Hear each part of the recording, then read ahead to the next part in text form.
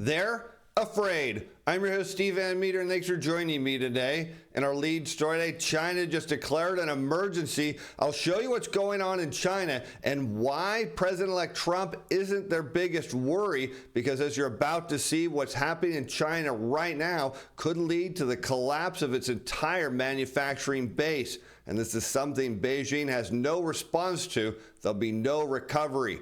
And while U.S. investors go all in on stocks on the Trump trade, I'll show you why one part of the market's telling investors the opposite's about to happen. I'll show you what it means and why it says the U.S. economy is likely headed for another move down.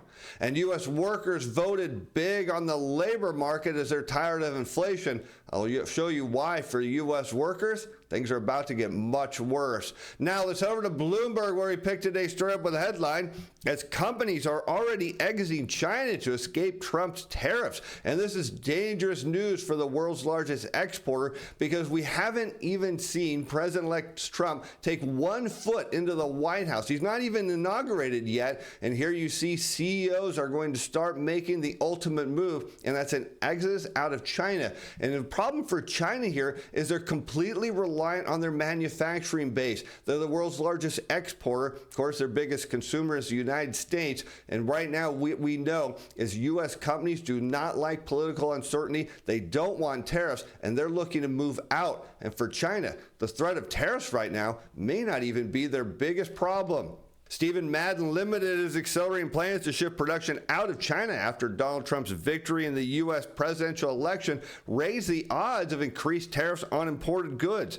The shoe retailer now aims to reduce goods manufactured in China by 40% within the next year, up from its prior target of a 10% reduction. So companies were already in the process of moving away from China. Now they're looking at accelerating those moves. And you think about the issues that are plaguing China right now. They have a very large unemployed young workforce. They have no opportunities. Their manufacturing sector is in a contraction. Consumer prices are in deflation. They don't have an answer for what's going on. But what they desperately need is U.S. companies to continue manufacturing there. And right now, they're all saying, look, we want out even if the tariffs don't happen. We're done. We don't want to take the risk. And as of yesterday morning, we're putting that plan into motion. And Stephen Madden isn't the only company, because consumer companies are racing to get ahead of potential tariffs and warning about the impact they may have on the price of everyday products.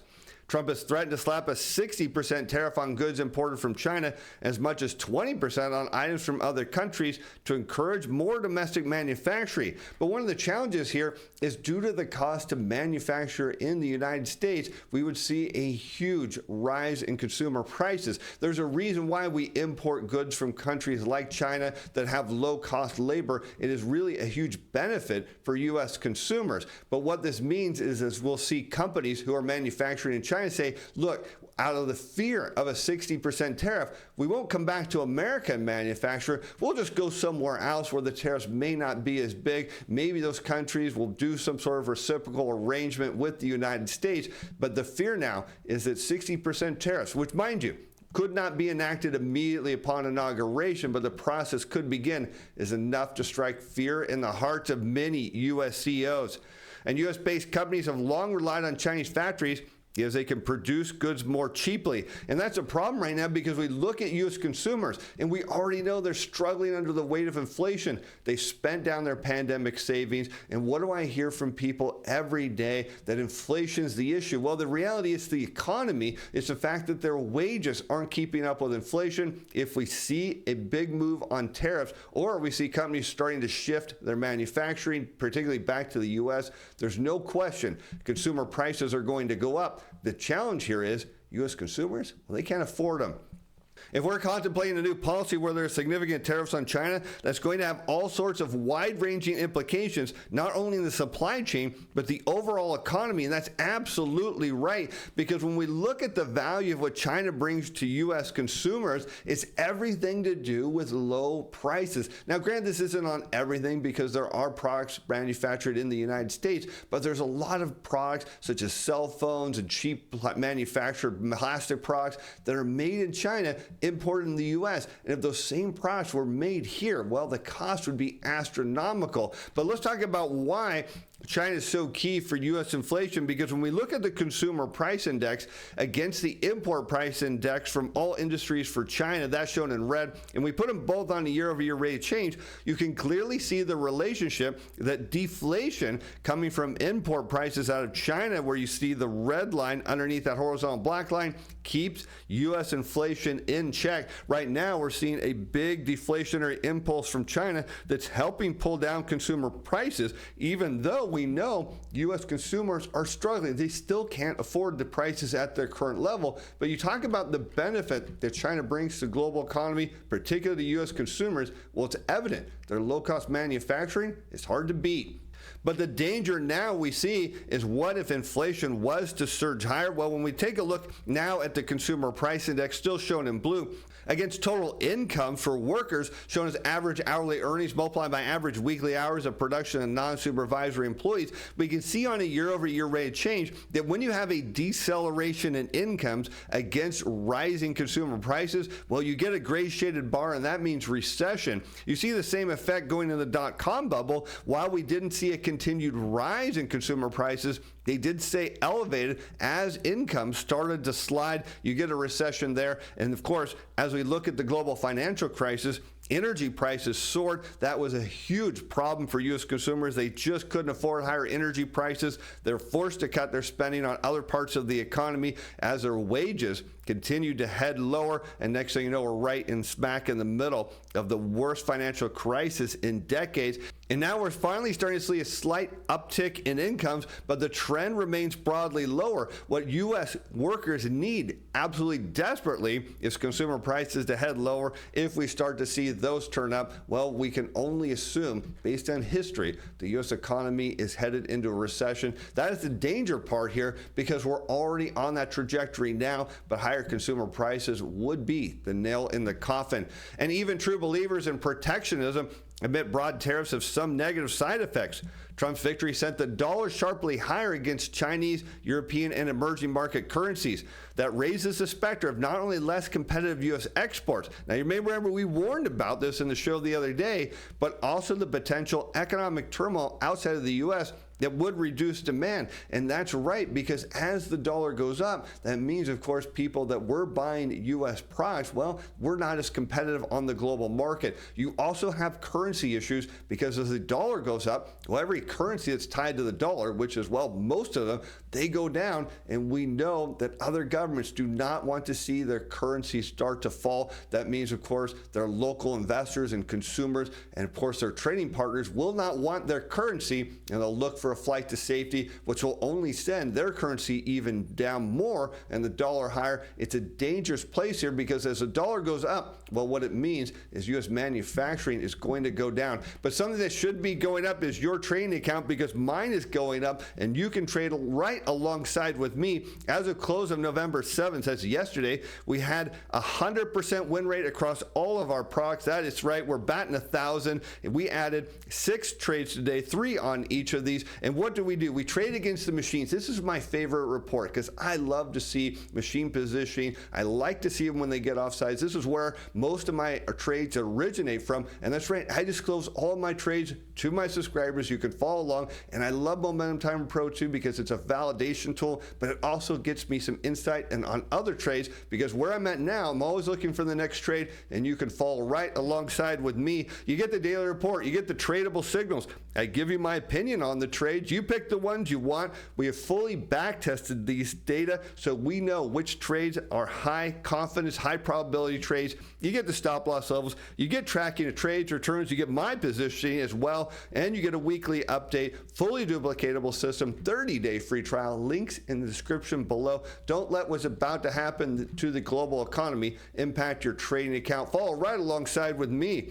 as we take a look at the dangers of a rising dollar against U.S. exports, because we know President-elect Donald Trump, what he wants more than anything is to see a rebound in domestic manufacturing. Now, the challenge is, as I just said, if we see a stronger dollar, that's not likely to happen. Let's look at the evidence here, because when we look at exports of goods and services, we'll show that on a year-over-year rate of change in blue, and we compare that to the dollar. You see here during 2008-9, you notice the dollar surged surged higher, what happened? Exports went into contraction as they fell below that horizontal black line. How about around 2014, headed into 2016, as President-elect Trump's first term happened, of course, back in 2016. We see the dollar surged higher, exports went down, but before he took office, what we were already seeing is a turnaround in exports that helped boost his presidency. But look what happened. By around 2018, the dollar went up, exports started to cool off, and what saved the U.S. and global economy was the pandemic. But look what's happening now. You see exports surged after the pandemic, but look at how much they've cooled off and even dipped into contraction. What's the reason for it? It's the dollar, and the dollar's on its way up again, suggesting that by the time we get the next print for exports, which is shown here on a quarterly basis,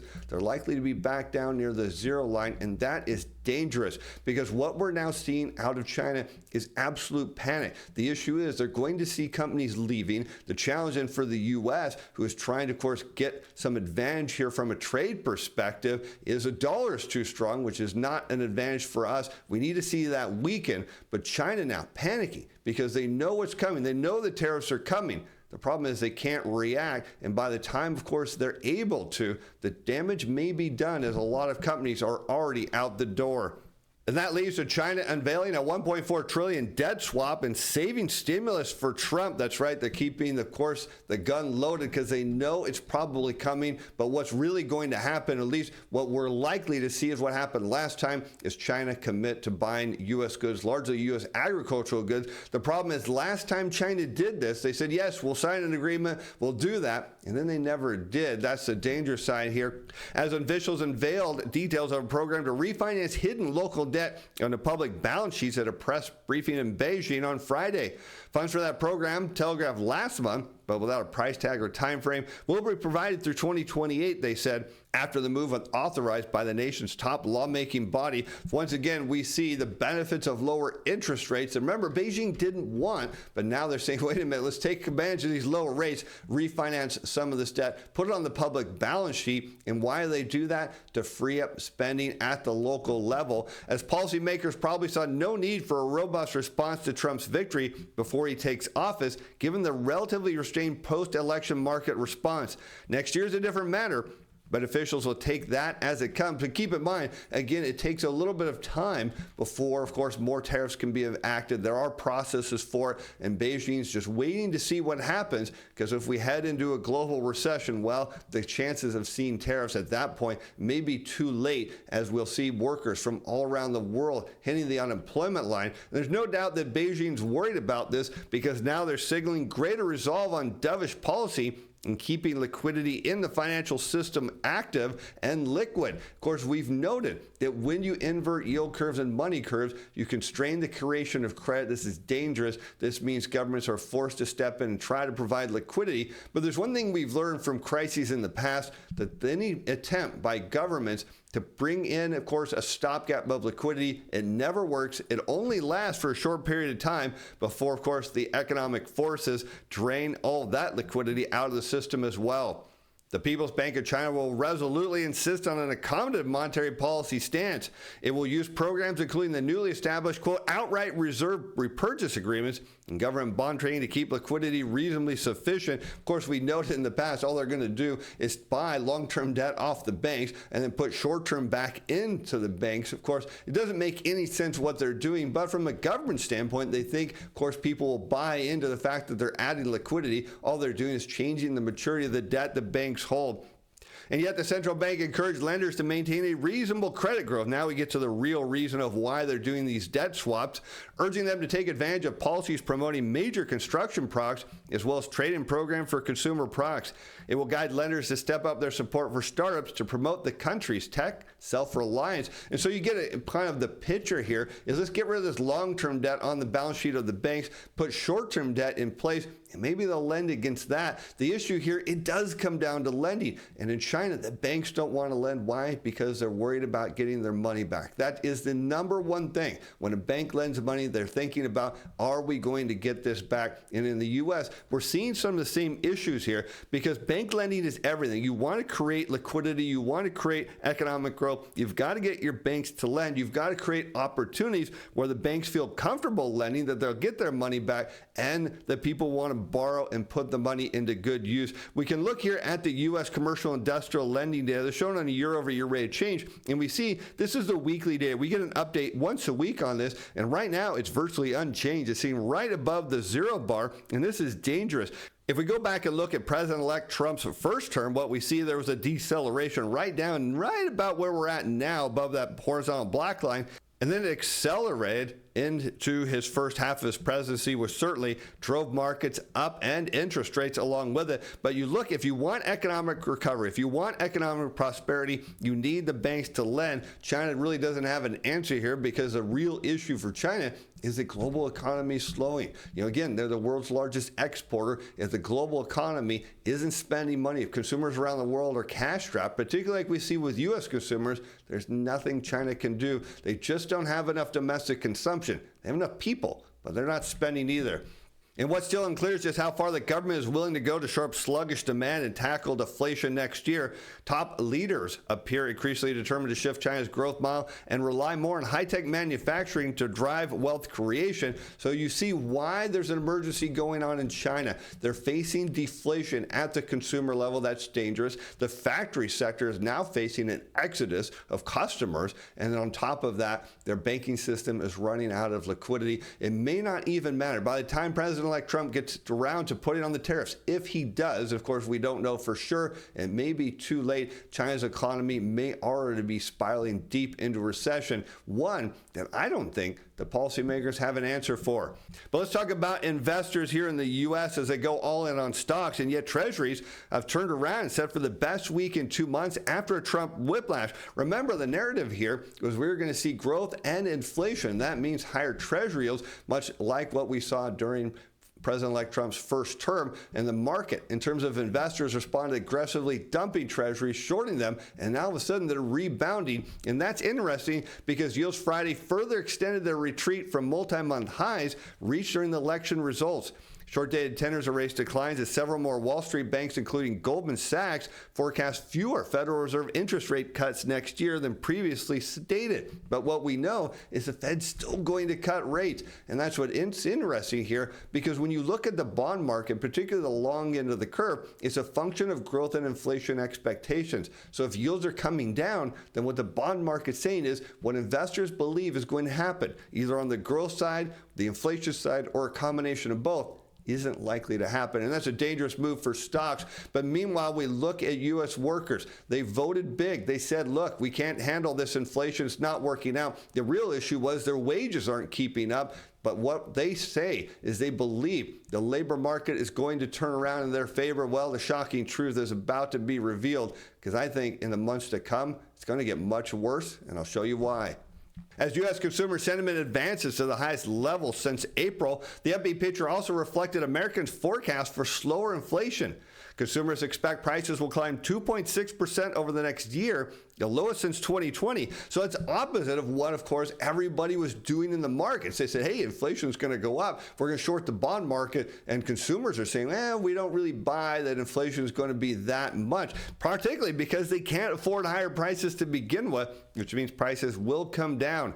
Expectations for average price gains over the next 5 to 10 years inched higher. The 3.1% certainly not echoing, well, at least what investors had predicted. Consumers have consistently expressed that the future of the economy is contingent on who wins the presidential election. Now, keep in mind, this survey was taken before the election, and that's something we continue to hear, and that's how people vote. When the economy is getting worse, they tend to vote for a change. This case makes perfect sense, what we saw, as going forward, the impact of the next administration's economic policies on inflation are likely to be top of mind for consumers and drive the trajectory of their confidence and performance of the economy. So what we see is a lot of consumers got what they wanted. They voted, said, look, we want someone new. They got it. And now they believe that Trump can turn around the economy. The confidence here is high, but there's an underlying issue. Despite Americans' frustration with high prices, because again, their wages aren't keeping up, consumers have felt increasingly assured about the trajectory of the economy with the rising expectations for the labor market. The problem is things are rising for the labor market, but it's not the jobs, it's unemployment. And that's what's dangerous here, because what we see right now is consumers are very confident, and this blue line in preliminary data has jumped even more. But the issue is you see the unemployment level is slowly rising here as we look at the U3 unemployment rate. But look what's happened in the past. When you see rising unemployment, well, it usually means confidence is coming down. You see that happen each and every recession. Now, echoing right now, what we see is a repeat of the 1980s where consumers started to get more confident after the first recession. The problem is the unemployment rate continued to rise and sent us into a second and even longer recession. Right now, consumers are saying, look, we think things are going to get better. The issue is, are consumers going to go out and spend now the election is over? That's the real story here. If that doesn't happen, then China for sure is headed into a recession. There's nothing that Beijing's doing right now will turn things around. It's only going to get worse. As more U.S. companies hit the exit button, it's going to send China into a long, protracted recession, possibly even a depression, and sadly, will drag down the rest of the world with them. And with that, I'm Steve Van Metre. Thanks for watching. Thanks for being fans. Bye now.